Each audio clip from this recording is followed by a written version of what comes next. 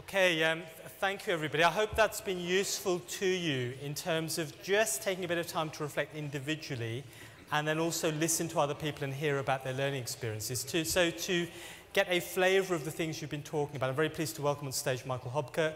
Mike's recently come through as a clinical leadership fellow and is now busily putting this all into practice in his role as a consultant psychiatrist. So thanks, Mike, for facilitating this. Thank you very much. Well, good morning, everyone.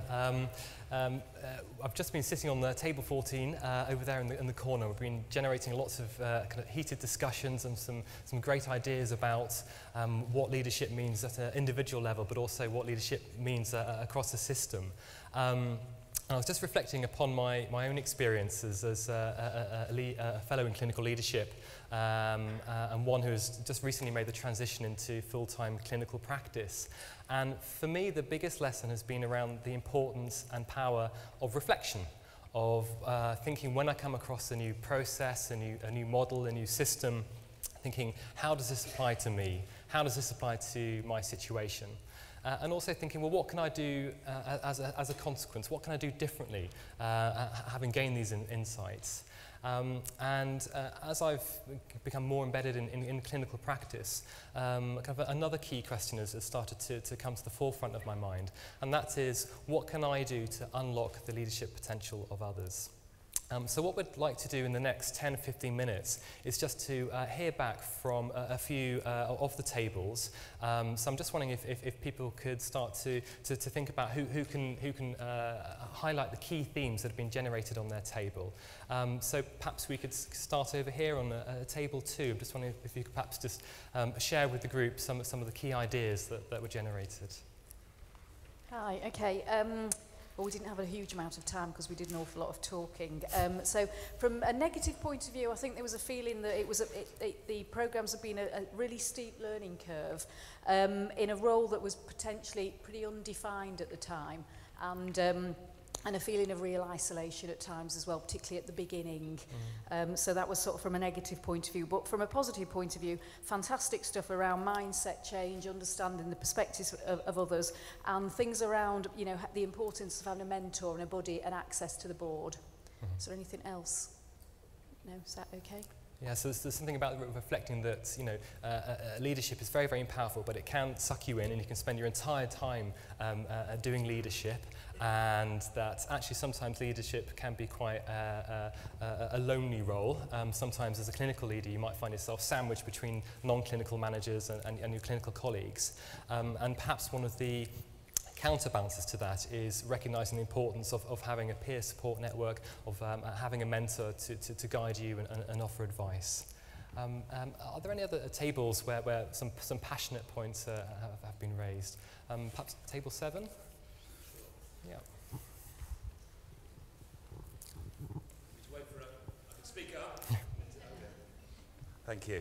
I think one of the first things that came over with a fair degree of passion on this table was the recognition that, and it's a point made in both the opening speakers, of course, as well, about how leadership values and qualities kind of transcend professional groups or managerial, whatever groups, and the similarity and importance of those of qualities irrespective of background.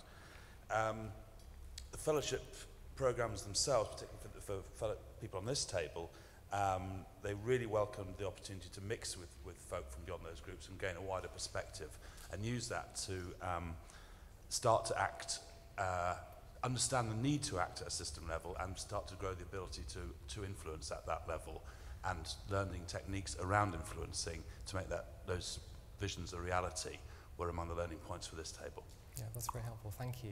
So again, there's something about the value of taking up leadership development opportunities alongside colleagues from different systems, different professional backgrounds, in order to greater understand other systems, and as a consequence to be more empowered in terms of your ability to influence other systems.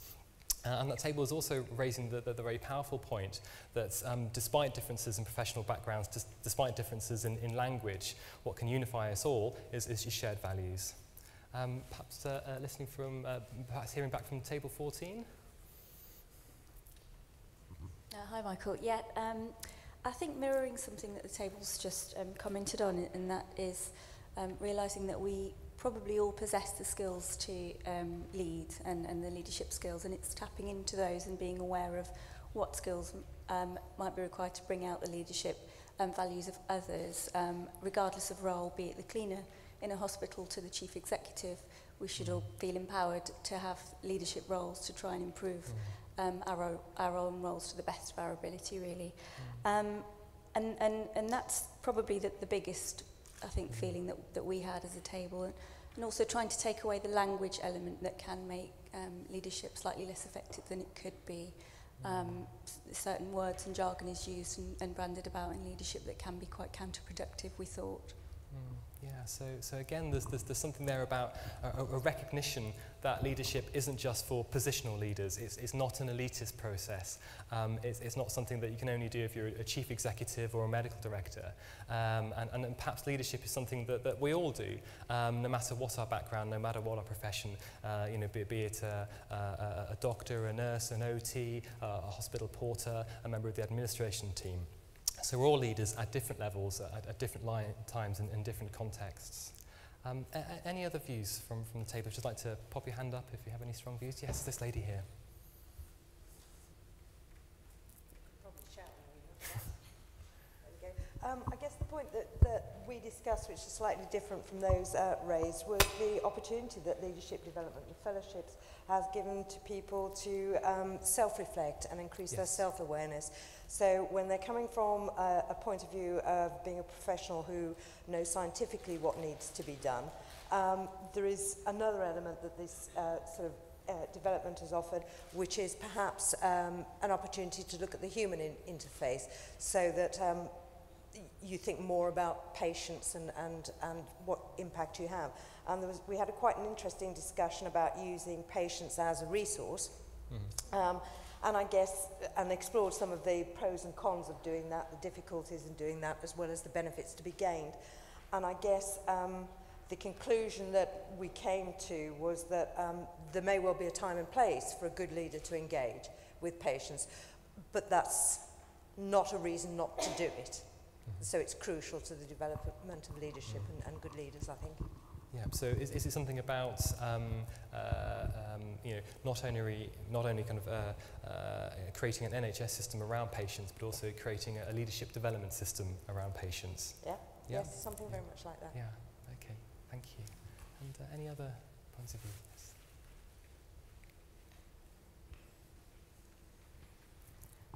We agreed with all the comments that have been made. I mean, in particular, a big discussion in the process of, in order to develop confidence, there's a big agreement around having developed more confidence in themselves through being a fellow and going through the experience of self-reflection. But in order to validate that, there was a significance in having really regular supervision. And not a level of supervision that was based on clinical supervision, which everyone was used to because of their clinical practice, but that supervision based on behaviours and, as again, self-reflection.